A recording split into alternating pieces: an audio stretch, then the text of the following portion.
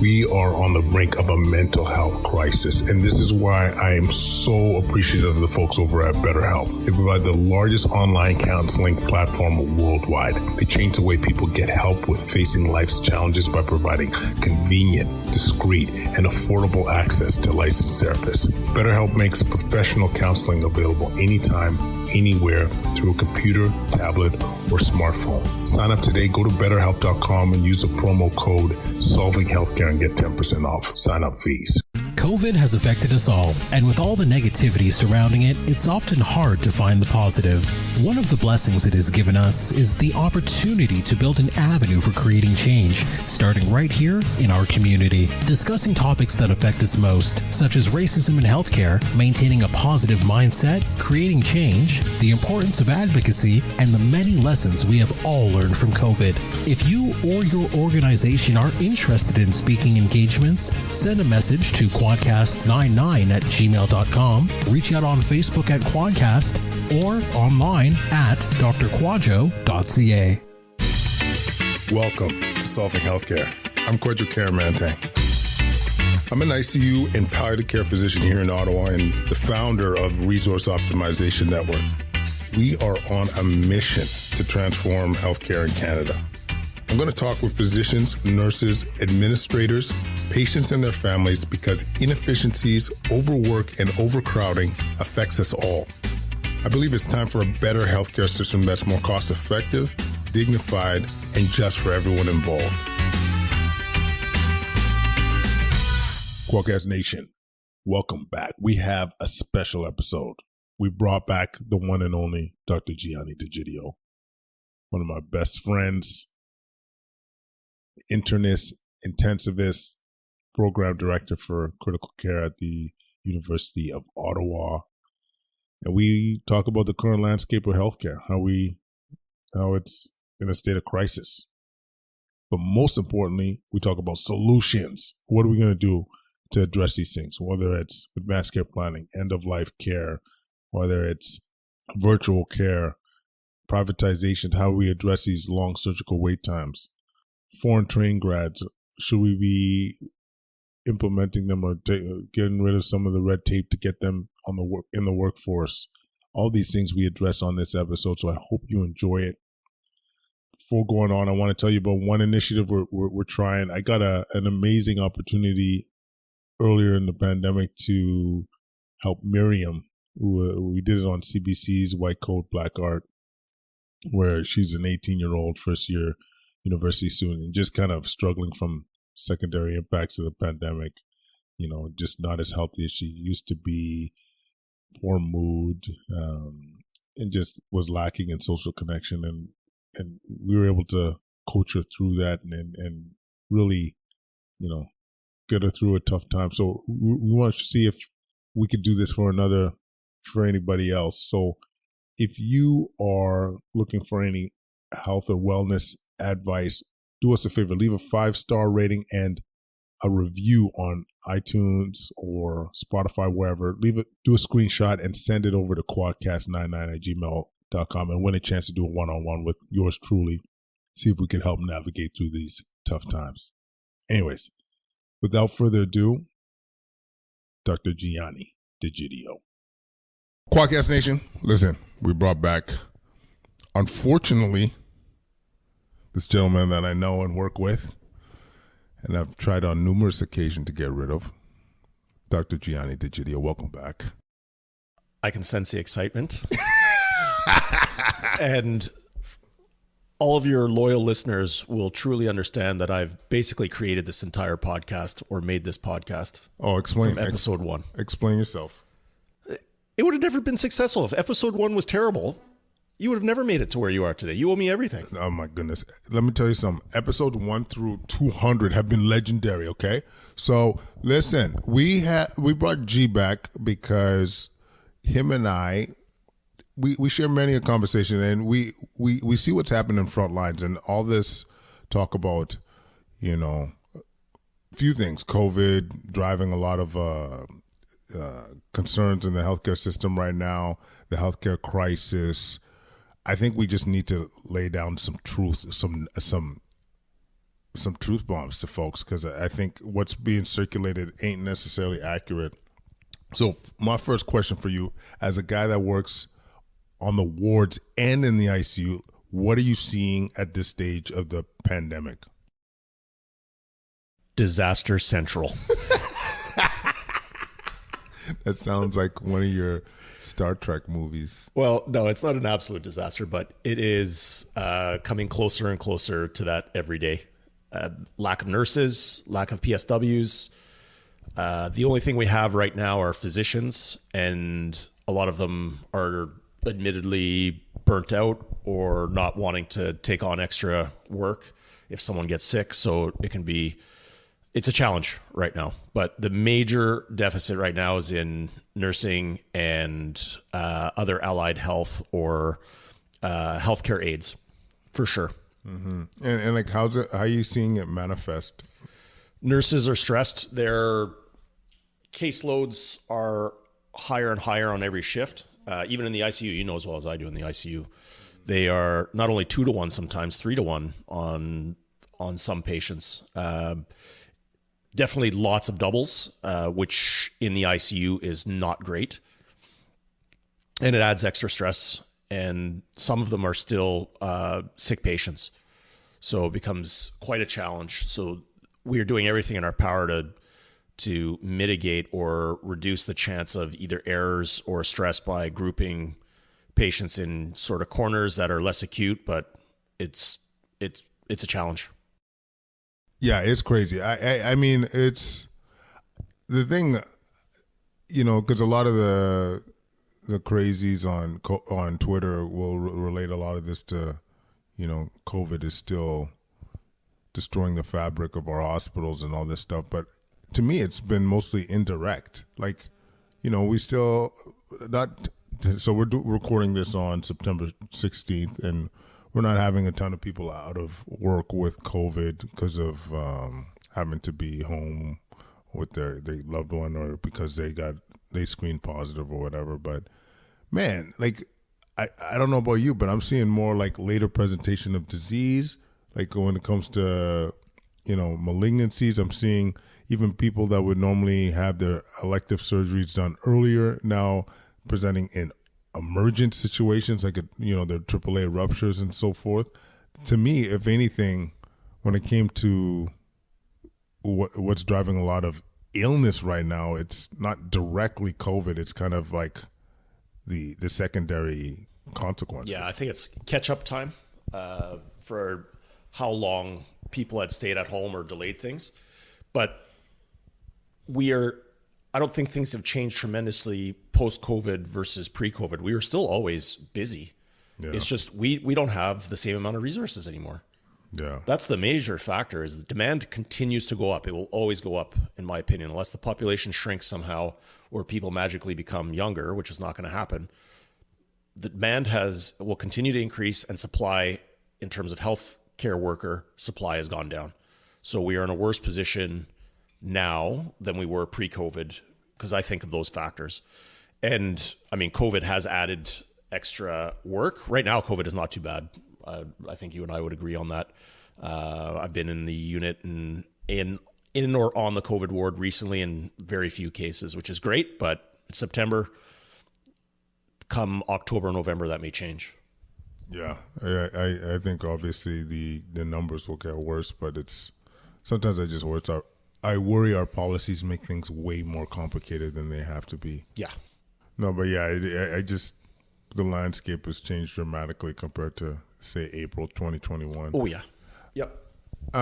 So one of the main reasons I wanted to get you on was because a lot of people chirping about the issues, and we need to fix, like, we're in a healthcare crisis, but people never talk about solutions. You know what I'm saying? And I mean, when it comes to addressing some of these high demands and trying to catch up and so on, are there any things that you think are like low-lying fruit that we could do now to help us catch up? Yeah, well, we've got a list of things that we're planning on talking about today. I don't know where you want to start, but But like what like the easy ones, like when you like for example, when we talked about this a couple of days ago, you said this people that are waiting long-term care, the government made a play to move those. Let's start with that, because it's actually in the news. The government's new policy to move ALC patients from the hospital to a long-term care facility not of their choice. That'll free up about, according to the numbers that I last heard, about 6,000 beds in Ontario, which is no small number. And 6,000? 6,000. Wow. Supposedly. And I mean, in our hospital alone, we're talking a couple of hundred. Yeah, probably easily. Over 200. Yeah. So that is massive.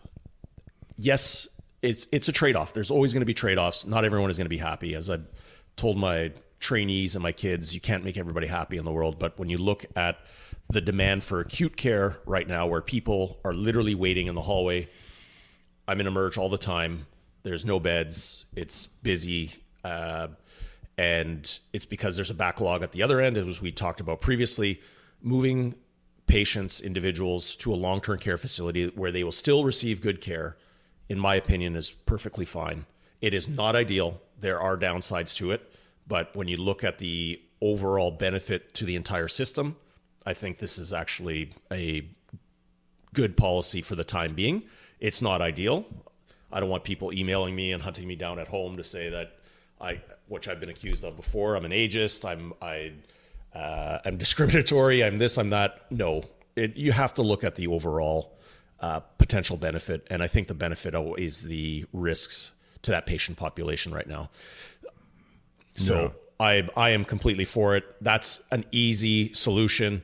It looks like it's going to be passed, or it is being passed. When it's actually put into action, we'll see.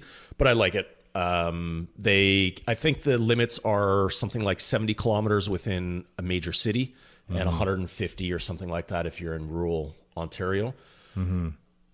So not terrible. But yes, it's going to potentially limit visitations from family members to vulnerable individuals.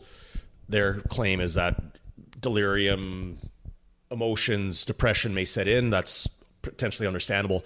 But hospital is not the place for individuals like this as well, right? Lack of sleep, infections, whatever it may be. So there's potential benefit to moving individuals out of the hospital. Those said individuals, for sure. But for the entire population, this, I think, makes complete sense. Yeah, I agree. Like when we look at what the cost benefit is in our current crisis, knowing that, you didn't jump on this, but I'm seeing people getting their cancer surgeries delayed. You talk to our fellow surgical colleagues that work in cancer. They're talking about, this small mass, head and neck mass, I wasn't able to squeeze in an OR anytime soon. So now it's significantly larger, and now it's different stage. Like all this adds up. You know what I mean? And to me, it's you gotta make some calls, and it's not perfect. You're right. You're like, if I'm in a loved one that's gonna have to now travel an extra 50 kilometers to see my mom or my dad, I'm not happy. But this is a situation we're in. We're gonna have to make some tough calls here. Yeah.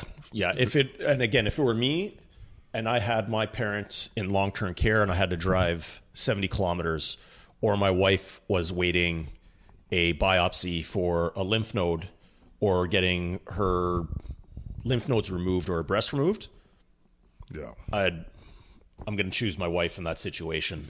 Yeah. I love my parents dearly, but it's what to me makes intuitive sense, right? It's the more acute issue. Yes, it sucks that my parents are 70 kilometers away, but it's a sacrifice I'm willing to make for the benefit of our community and society. Yeah, and to give some numbers, like context to people, realize these patients waiting for a bed in the hospitals often represent like 15% of total acute care beds. Like, it's not a small number of people waiting. So to think you could free up these beds, get people in out of the hallways, your emerge wait times are no longer 24 hours.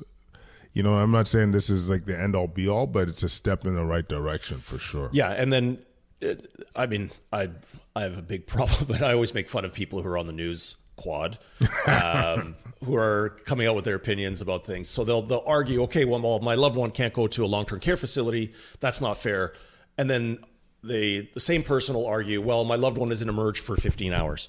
Yeah. Well, you can't have everything. So it's trade-offs, folks. Yeah. We gotta do something. And right now, if I had to look at the entire system, the demand for acute care is so high, and there are beds available in long-term care facilities.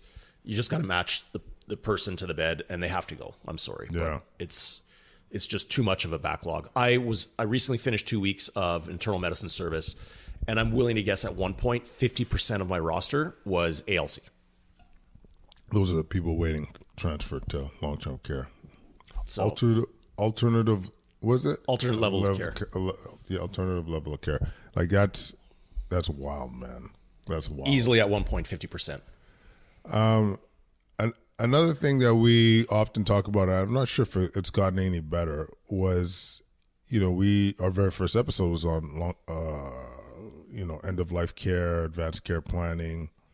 I'm not sure if if you feel like this has gotten better over the last 2 years in terms of patients, not if it's clear a patient's not going to benefit from the aggressive measures like an intensive care admission, surgery, so forth, we shouldn't be offering it. And often, unfortunately, people are uncomfortable having these conversations and so forth. And it's a huge driver, in my opinion, of adding to the healthcare crisis, because there's moral distress, they're being treated and so forth, that in a time where there's resources are scarce for care that they either wouldn't want or wouldn't benefit from. So are you seeing that getting any better? No. I teed that one up. That's can we just stop it right there? That's fine. I'll refer you back to episode 1, which is the greatest episode. Which episode was that? Of this series of podcasts. In fact, wasn't it a 2-part episode? No, I think it was. It was that good. Oh my goodness. It was that good. No one listened to part 2, by the way. Yes, they did. They left 3 minutes of part 1, and they're like, "Oh, I like that voice." Let's get back to that. So, have things gotten better? No, they have not. There are still huge gains to be made in terms of having more talks, more conversations regarding goals of care or advanced care planning or whatever you would like to label it as. That has not changed. We, as you know, have created a team at the hospital, and hopefully this will be adopted in time, potentially even province-wide or nationwide, where we've created a multidisciplinary team that helps individuals who are less comfortable with having these conversations, or services that are less comfortable having these conversations, address these issues. So it's ourselves as intensivists, internal medicine, neurology, nephrology, ethics, social work, and even some legal help as well. So, and it's not meant to be confrontational. This is meant to improve communication, improve substitute decision makers' knowledge of their roles, and be as clear as possible with communication and information so someone can make a good decision on behalf of their loved one. Again, we've done it in the hospital. This could easily be established in a long-term care facility as well. This will have the potential to, and I don't want to go in as much detail as we did in episode 1, but potentially have a patient avoid something that they don't want, and as well a family member potentially avoid something that they do not want to see their loved one go through. We've had this conversation, and you and I both know that when we do approach a substitute decision maker who has an elderly patient from long-term care, they will say, "Thank you for having this conversation with me, doctor. I was waiting for something like this to happen. I needed someone to have that conversation with me. Thank you so much." It's that simple. Yeah, and so I mean, this is why we were so excited to develop this team. Like, hopefully it could be emulated other areas and regions, because yeah, I don't know, like with all that's happening in medical education, and it lets people getting exposure to ICU. I don't know if the trainees are getting more comfortable with these conversations. I mean, maybe they are, maybe they're not. I don't know. But honestly, it's still frequent. We still have to come in and say, you know what? I know you have end-stage lung cancer and you've failed treatment and this is the end of the road, and you know, people are still saying maybe go to the ICU. No, you won't benefit, and we have to be more comfortable addressing that. And if it takes a multidisciplinary team to kind of support the family and the patient and the care team to navigate through this shit, let's do it. So the other thing I'll bring up while we're on the topic of end-of-life care and advanced care planning, and it's rare, this is a crazy episode because I've given the government credit for a policy, which I rarely do. And now I'm going to go as far, are you okay? Not COVID. No. So I'm going to go as far as to even give, well, not even a compliment, but point out that the CPSO is revising their end-of-life care policy. No one knows what CPSO is. Sorry, the College of Physicians and Surgeons of Ontario, our, I guess, body that is responsible for licensure and for discipline and whatever else, and coming out with best practice policies for physicians. So back in 2015, which was at one point the happiest day of my life when one of my sons was born, it was also the worst day of my life a couple of days later when the CPSO released their end-of-life care policy, which basically said physicians must perform CPR unless they get consent not to, which makes absolutely no sense. I'm not going to rant on about that, but it put physicians in a very difficult position and made our lives very difficult from an intensive care perspective for the last, I'd say, 7 years. Finally, after a decision in 2019 from the Superior Court, bottom line is physicians can provide or should provide all resuscitative efforts that meet the standard of care. And we are now, I guess, back to almost pre-2015, where we can write a unilateral no CPR order or no resuscitation order in a patient's chart, so long as we clearly communicate it to the family members, our reasons for that. That will help tremendously. Yeah. In terms of when we talk about futile care, if you want to use that term, or inappropriate care in the ICU, which again, that was a big focus of episode 1, but that will help with some of the resource issues and moral distress that our colleagues, our nurses are experiencing throughout all ICUs in Ontario. So that'll help. Is it going to be a major factor? No, but every little thing, I think at this point, will help the current situation. Yeah, it adds up. You know what I'm saying? Yeah. Like, I mean, even if you think about, was this during the pandemic? I think we might have talked about this in a long-term care COVID episode. Like, weren't you at one point even helping guide some of the, like, when I think about some innovation, imagine you have readily available access to acute care physician. You're in a long-term care doc. You have Mrs.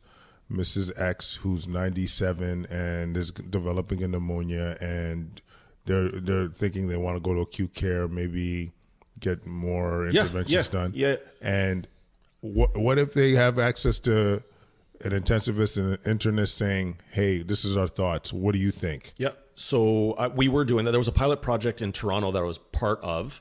I think I only did 3 consults, but it turned out to be, I hope for that physician and that patient on the other end, which I've never met personally, it was only phone calls, hopefully helped either, 1, improve the care of the patient, 2, decrease the demand on the system, and 3, reassure physician and patient and or family that they're receiving the best care possible. That needs to be done. So that brings us into a nice maybe segue, if I might point out, into virtual care. Oh, look at you, captain in this motherfucker. Well, I'm pretty much taking over. I'm taking over this podcast. Oh, that's it. That's what I'm here for. Oh, 2 episodes and he thinks he knows what he's doing. 3. Thrice. All right. Yeah, I just think we need to leverage this properly. I know it's getting a bad name right now, virtual care, because it's, yeah, man, because like, try and see a pediatrician. Like, people won't be, like, a lot of docs right now, you won't be able to see, they won't see their patients in the flesh, right? They're saying, like, they still want to do it over the phone. They won't even do it virtually. They'll do it over the phone. Well, I mean, I think a lot of things can still be done virtually. Of course. Like, if you need a refill of your Panaloc, by the way, that's a medication to reduce the acid in your stomach. Here we go. All right. Here we go. No, but Yeah, you know, like there's going to be a place for it, right? I'm just saying right now some people feel like it's being abused to a certain degree. Like if you got some baby that's been 5 days, 6 days of fever and they're trying to get to walk in to see their either family doctor or pediatrician. There are clinics out there that are not seeing in 2022 September, not seeing their patients in the flesh. So that's what's making the news. That's what's on Twitter sphere. But my point is there's still huge benefits of implementing virtual care. Like we just gave an example of, G talking to some people in long-term care. But like, I mean, actually, let me hear your thoughts. Like where do you think we get biggest bang for your buck in terms of being able to provide virtual care? What do you like? So let's, is this not going to be rolled out for critical care in the next little bit? That's one of our plans. So I don't know what it's going to look like. You know more in your leadership position than I do about what that's going to look like. But if I imagine, I could fire him, for the record. I could fire him. No, he can't. I have so much dirt on him. There is no way. I pretty much have tenure. It's the equivalent. I cannot be fired. But anyway, that's for a whole other podcast. If I had to look at what the ideal virtual critical care would look like, would be similar to what we have in hospital right now, an electronic medical record that I have access to. So if a hospital had Epic or gave me access to the electronic medical record, I could go through it. Because I would say 85% of our ability to treat someone comes from history and information, right? That sort of last 10, 15% are physical exam and investigations. And as long as someone on the other end is somewhat competent and can do a proper physical exam and the lab work is there, you can pretty much do anything. Like 90% of your work is done. So if I had Epic, I had access to a physician who was asking me a question and who could provide additional information or a summary, and even potentially speak to a substitute decision maker or family member. Or even see the patient. Right? Like via camera. Absolutely. You can provide a critical care consult right there, right? So someone's asking for transfer from, I don't know, a peripheral hospital, let's say, I don't know. I'm not even going to name a hospital. Yes, from Lagos. Yes, close by here in Ottawa. You're welcome. Yes. And they're asking for a transfer, and we review the course in hospital. We assess the patient as best as possible virtually. And we determined that, hey, you know what? Maybe critical care is not the best answer for this individual, and maybe we should focus in on not necessarily end-of-life care, but more of a less aggressive treatment plan that would include full medical treatment, but no escalation to mechanical ventilation like life support or vasopressors, same sort of thing, life support. And we could convey that information to the physician, and we could also convey it to the substitute decision maker, or come to a joint decision about if it was something debatable, like if it was gray about whether or not something would benefit an individual, talk to the substitute decision maker, give them informed consent from our perspective as an intensivist, and come to a mutually acceptable decision for that patient's care. That would be amazing, right? You limit, or excuse me, I don't want to say limit, you prevent a transfer, which comes with cost and risk. Minimum $10,000 plus risk to the patient. And you prevent an extra 2 or 3 days in a tertiary critical care where they wouldn't benefit from, assuming that we progressed on to, like we said for that patient, that we're not going to escalate care, and the satisfaction of the substitute decision maker, physician, and potentially patient on the other end. Yeah, and avoiding them having to travel 100, 200 kilometers away from their home. Yes, we just went through this. We just went through this with a family in the ICU where they were from about an hour and a little bit away, and it was incredibly challenging for them to come to Ottawa for end of life care. Yeah. Right. So that could have been, I think that case in particular, that could have actually been done virtually. Oh yeah, 100%. So I mean, you teed it up. We're planning to do this. We've the leadership before me put in an application. We're doing this virtual critical care to support the community, and it's going to be a game changer in my opinion. Like the amount of transfers that we would prevent, or even the amount of transfers that come earlier because you're addressing them in before they get even sicker. I think the care that's going to be provided is going to be amplified. Like it's going to be so much better. it's going to be like when you think of the patient experience, everything, moral distress, all these issues become better, and you get that level of expertise, and you're just a video conference away.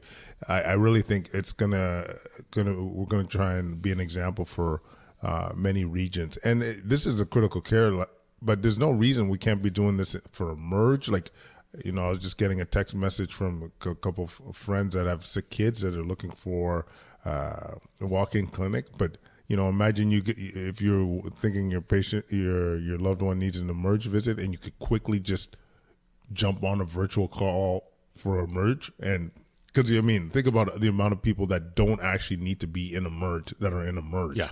And if you could just have a conversation with the healthcare provider, bam, look at those wait times go down significantly. But this is what we need. We need a little bit of the innovative thinking here. Like, we can't just keep approaching things the same way and expecting that we're going to make a dent in all this healthcare crisis shit. This is long-standing. Do you know what I mean? Don't say anything. But the virtual care is, and the other part of it too is get rid of this is the Ontario registration. This is the Quebec registration. It should be Canadian.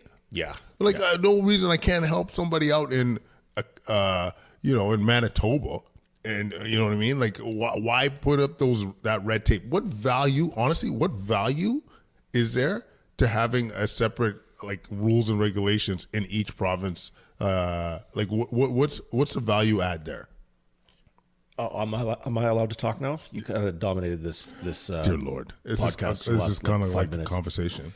Yeah, I agree with you.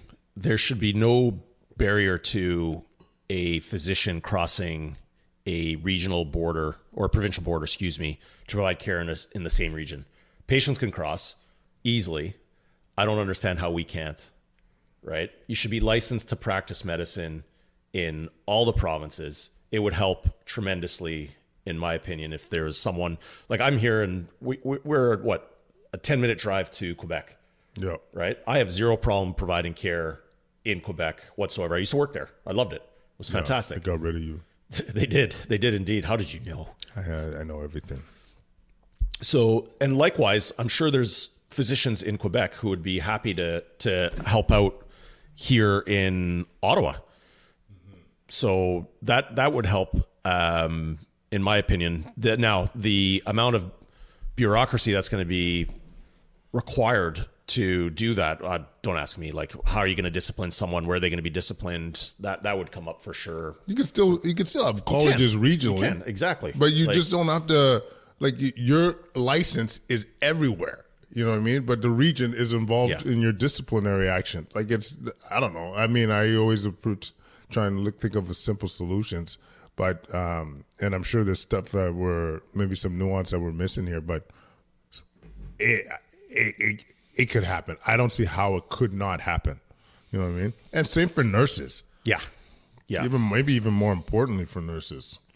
Because think about how we're literally 10 minutes away from the Quebec border. Yeah. You and I, where we're living, we cross over, we help out if it's required. That's it. It's that simple. Likewise, they can help us out. Totally. It's crazy. So we'd be remiss. This is probably the most controversial topic out of all of this business. Privatization. A lot of talk about, should we have a two-tier element to our current state of affairs? Will it make an impact in our healthcare crisis? Will it make things worse? Can we edit out the last 30 or 40 seconds? Oh my goodness. But yeah, what are your thoughts on this? Has to be done. Again, someone is going to email me or hold this against me down the road in some sort of court system. Next time I'm in the CCB, Dr. D'Egidio is all for privatization and profit and wants to make millions of dollars and retire early. And no, that's not what I want to do, folks. That would be great. I would love that. That'd be fantastic. However, it again makes sense for the system. And before you chastise me and whatever else, please listen. Again, it's the same folks out there who are always complaining, we need access to healthcare. This is Canadian healthcare. How dare you privatize it? Blah, blah, blah. Folks, come and look at what the current situation is in our hospitals. It is falling apart. We are so close to, again, I don't want to sound like I'm catastrophizing things, but it's getting worse and worse. I've never seen it this bad, personally. I've never seen it this bad. Like, yes, you come in when you're acute for acute care, you'll get everything you need, but it's still like it's stretched. Everything is stretched. So it needs to be done. If it's done properly with good thought and, again, regulation to a certain degree, it could be potentially incredibly beneficial for the entire community, right? You do it properly. Let's start with something simple. Surgeons, simple surgeries. Why is this not being done already? Knee replacements, hip replacements. They do not need to be done in hospital, for the love of God. They are straightforward, generally speaking. And the more you do, the better you get at. Okay, Shouldice Clinic is a perfect example. They've got a great model. It's fantastic. Maybe explain do you know the model in detail? I don't know the model in detail. I'm not going to pretend to be an expert on it, but generally speaking, I last reviewed their model in 2012 or 13 when I was doing a report during my master's. So this is a clinic that does hernia repair, right? Yeah. And let's give a I don't want to, for anybody listening from Shouldice, if they're listening to this, hire me, please. But anyway, no. So let's look at a model like knee replacements, right? Something simple. They take up hospital beds. They take up hospital resources. There are tons of people waiting for knee replacements, for sure. I know like 3 or 4 people are like, oh, I'm waiting for my knee. I'm waiting for my knee. I'm waiting for my knee. That's great. Okay. So you create a clinic or hospital or whatever you want to call it that just does either knee replacements or hip replacements. You need nurses, you need an OR, you need anesthetists, you need physios, probably an occupational therapist, and what else am I forgetting? A pharmacist. Okay. Pretty straightforward. You probably don't even need a pharmacist. You don't need an RT. No, you don't need an RT. I love you RTs, but probably don't need to be there. And you pump out how many thousands could you get done in a year? You're an expert clinic. Right. I guess the question is the model. This is where I get confused. Shouldice, are you paying out of pocket? Yes. Or I think you're paying out of pocket. Yeah, you're paying out of pocket. And the part I don't know is if the Shouldice group still bills. They probably don't bill the government too. I would assume not. Yeah. But either way, okay. Let's. Who cares? Like, sorry, Shouldice, we're not putting you guys down. Yeah, no. I mean, but let's say worst case scenario, you pay out of pocket. Yeah. Okay. Yeah. There's no way that the physician or the group should be able to bill the province. I wouldn't. That's you can't do both. Yeah, you can't do both. So I charge you. I don't know. $3,000 to do a knee. I don't know how much it costs. Let's just say $3,000.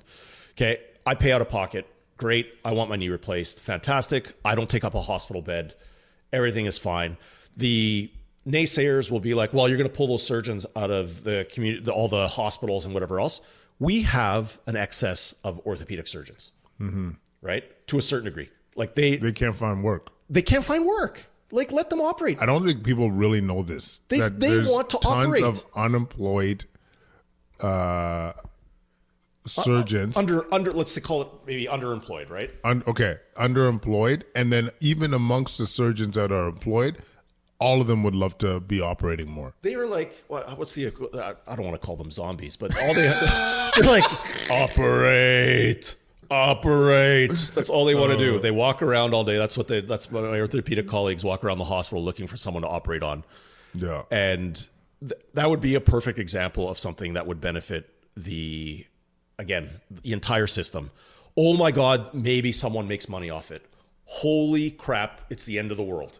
Yeah. No, I'm sorry, but come on, people. I mean, I'll just to be the devil, I do worry about the talent drain. And so if I were in charge, I would say you could only limit the amount of time or billing or something that you could do in a private sector or in a private clinic. So that, if you're an academic surgeon, you need to spend no more than 25% of your time in the private sector. Done. That way you get the best of both worlds. But this has to happen, and it will. I'm going to be even more bold and say this will happen. Yeah, it doesn't make sense not to. Like, you have these expert clinics, and this is all they'll do. They'll pump out surgeries like crazy in an efficient manner, and we're not going to take advantage of this. Like, people are. I don't think people have a full appreciation of the wait times. They were bad before COVID. COVID made this a million times worse. Okay, like the amount of time for these elective surgeries, and I'll say it again. I've seen negative consequences of people that were elective now become urgent or become emergent. You know, the common case that we see is you're waiting for an abdominal aortic aneurysm repair. Wait, and then you present after it ruptures. Like, now. Am I advocating that everything turn into privatization or for profit? No. Right? Like ICUs, primary care, no. Yes. That, like, maybe primary care you could do a for profit or privatization model. That would potentially work. But like ICU wise, I can't see that. No, working, like, I mean, for emergency services, like, nothing changes in this country. Exactly. You need something, you get it. Period. Right? I don't care if you're a billionaire versus have $0 to your name. You're going to get the same care from me and from the hospital, and whatever hospital, not our. I don't want to start mentioning hospitals' names, but that concept of Canadian healthcare will surely continue to exist, and we would take pride in it, right? But your knee, your hip, what else? Like all the orthopedic stuff. Yeah. Hernias. I don't know, hernias, waiting for a valve, like all these things. Like everything's on weight. I mean, even the cancer stuff is on weight, man. Like it's crazy. I mean, I just think we have to be a little bit more comfortable thinking outside the box here, because don't forget, even when you look at our Canadian Health Act, or like, one of the key components is access. You know what I mean? Like, if you got to wait years for an operation. I mean, none of us are living forever, and you want to be functional and shit. And I would argue that the charge for the private fee should be a crap load of money. Okay, we're becoming very scientific here, right? Crap load is yes, with a p-value of 0.05. But so some of that money, again, if you looked at an ideal model, some of that money could be put back into the public system. So everyone benefits. Yeah. I want to pay out of pocket. I'm rich. I'm filthy rich and want my knee done. Great. I can do that. That's great. Mm-hmm. The surgeon may make money. Fantastic. The anesthetist may make money, but some of that money goes back into the public system, and you have to put a limit. I agree on, you can't pull everybody out of the academic community centers or let's say the public centers. It can't happen. Yeah. Right. Unless you've trained 1 million docs and you have just a gluttony of physicians, great, but that's not going to happen. Even if that, I also think you get a talent drain. Like, the good ones tend to go into the private, and then so even if we had a gluttony of docs, I would still think there'd be a limit. But we need to do something. Like, this is the thing. Like, and the other reason to talk about it now is so we're less reactive. Like, as things get worse, because I hate to say it, folks, things will get worse with its current landscape unless we pivot. Yeah, that's correct. I agree. Because if you look at our amount of admissions every year, they continue to increase. Aging population, right. Baby boomers getting flexing their healthcare utilization muscles. Like, it's wild, man. So yeah, I think this is what we're talking about, Qualcast Nation. Solutions. Real deal solutions. Couple other things that I think we should touch on. Foreign grads, I think this one's a no-brainer for me. I think, once you kind of have I think you should be screened to a certain degree, obviously, because, there's different levels of education, different places, there's cultural differences and so forth. Yeah. But there's a ton of people, unfortunately, that are trained elsewhere and are having to retrain in our country. So if you're a surgeon, we're talking five years. Yeah, there's got to be a better. So I will fully disclose. I have a quite a bit of experience in this as program director for adult critical care, right? So we have had individuals come through our program who are fully fledged physicians in other countries who have not been successful in our program whatsoever. And so there's that aspect, but there's also the aspect of there have been some individuals who have come through who have been excellent, right? Yeah. So there's got to be a balance, and there for sure are better ways of, like, I would say within a month or two, let's say three months of critical care, if someone were here, you could pretty much tell by the end of those 3 months whether or not someone has the skill set to succeed in it, right? The current is 6 months, right, with a PEEP period. PEEP is just let's just say an assessment period, but you could figure it out pretty quickly within 3 months. You don't need 6 months. And we could fast track a lot of those foreign trained docs into positions that would be beneficial. So it can work. And it is not the fault of the individual if they cannot meet the Canadian. We have very high standards in Canada. That's something I pride the Canadian healthcare system on. The Royal College of Physicians, the colleges that exist, the licensing colleges, all have very, very high standards of training. Great. We got great physicians here in Canada. I would argue some of the best in the world. So it is, getting back to what I was saying, it's not the fault of the person who's coming from a foreign medical school or training program, but some of them cannot meet the standards here in Canada. Would I accept them into our program just because they're a physician? No, I'm not going to make that compromise of care. But can we train them up? Can we get them somewhere that they can be helpful, still work, do whatever? Yes. And we can do it in a far more efficient manner than we're currently doing, I think. I just think the assessment and all that should be way more streamlined. Like, yeah, for you're a trained urologist in, I don't know, Scotland or somewhere. That's a bad example. Brazil. If you were, that would be fun, eh? If you were in one of the UK places and you came back, or do you have to still jump through the hoops? I think you still have to jump through the hoops. Yeah, that's crazy. I don't know, because I haven't had that experience with any physician from the UK in our program. But we've dealt mostly with the Gulf states, and yeah, that's about it. But yeah, there's just got to be a quicker way to be able to. Yeah, there are going to be people that should retrain, but there's going to be an onslaught of people that are going to be closer to being ready to go than you think. Because I have dealt with somebody from the UK who was in a different program than medicine or critical care, and I could pick out right away that he was far advanced for his level of training here in Canada. Mm-hmm. You can pick it out like within days.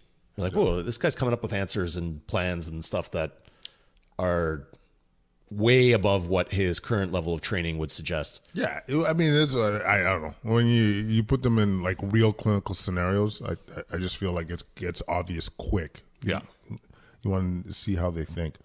Last thing, this one wasn't on your list, but it's on my list for solutions. Oh, so we have a surprise. Yeah, it's surprise my selfish topic.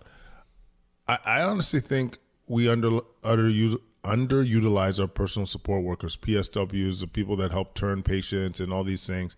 Like when you look at some of their training, they could put in Foley catheters, they could put in IVs, they could do all these extra things, and the turnaround time for their training is like a year. Okay, Quebec did this thing mid-pandemic or early in the pandemic where they offered free training for PSWs. To me, that's brilliant. That's some quicker solutions than trying to train up way more docs and nurses. Nurses are 4 years of training. You know what I mean? I will mention right now that we are struggling. The last time I was on the ward for medicine, we barely had any PSWs. Yes, barely. Man. They offer like if I was king of the world, free training, PSWs. You know what I mean? You get certified and all that stuff, and hands-on training. I'd have training programs within hospitals too, if that was possible. I don't know enough about this to say we could do this, but promote this. You know what I mean? Like if you think about even in our ICU, how many people like a lot of the work that the nurses are doing is related to that like a PSW can do. Turns, find the medication, drain the Foley bag, all these things. You know what I mean? One of the things that just came to my mind that in my role as program director that we need to do more of in terms of resources, and I'm sure you could do the same thing for nursing.